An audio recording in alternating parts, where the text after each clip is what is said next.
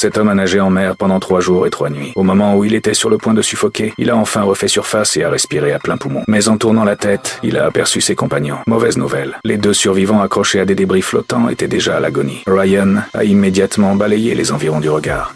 En plus de l'épave de l'avion écrasé, il a repéré 2 kayaks. Il les a rapidement ramenés et a réussi à sauver ses 2 compagnons. Mais le visage de Ryan s'est assombri, inquiet. Tout autour d'eux, il n'y avait que l'océan à perte de vue, aucune terre en vue. Pire encore, cette zone était une zone de conflit entre les États-Unis et le Japon, avec très peu de chances d'être secourus. Jack et Tom ont sombré dans le désespoir, persuadés qu'ils allaient mourir. Mais Ryan pensait autrement. Il croyait que tant qu'ils étaient en vie, il restait de l'espoir. Pour survivre, il a vérifié leur kit de survie. Ils y ont trouvé 2 barres de chocolat et 3 bouteilles d'eau minérale. En rationnant un peu de chocolat et quelques gorgées d'eau par jour, ils pouvaient tenir 20 jours. Ainsi, ils ont dérivé dans le Pacifique en attendant des secours. La nuit, la température a chuté. Ils se sont recroquevillés dans les kayaks pour se réchauffer. Soudain, un choc les a réveillés. Des requins tournaient autour d'eux. Terrorisés, ils n'ont plus osé dormir, même si les requins n'ont pas attaqué. Le lendemain matin, Ryan a vu passer un avion de secours. Il a immédiatement tiré une fusée de détresse. Jack a versé du colorant vert dans l'eau pour les rendre visibles. Mais l'avion volait trop haut. Il semblait minuscule depuis le ciel. Tous leurs efforts étaient inutiles. Ryan a tiré une nouvelle fusée, sans résultat. En voyant l'avion s'éloigner, ils ont ressenti un mélange d'émotions. Pire encore, Ryan a découvert que le chocolat ne restait qu'en emballage vide. Furieux, il a interrogé Jack. Jack a avoué qu'il avait cédé à la faim et tout mangé la nuit précédente. Le dernier espoir de Ryan s'est effondré. Le 3e jour, ils n'avaient toujours pas été secourus. Ils étaient extrêmement affaiblis. Jack était rongé par le remords et a fini par pleurer. À midi, un oiseau de mer s'est posé sur le kayak. Ryan a saisi sa chance et a attrapé sa patte. Ensemble, ils ont capturé l'oiseau, mais son goût était écœurant. Ils n'avaient rien mangé depuis 3 jours et ont dû avaler malgré tout avant de vomir immédiatement. Tom a alors pensé que le poisson cru serait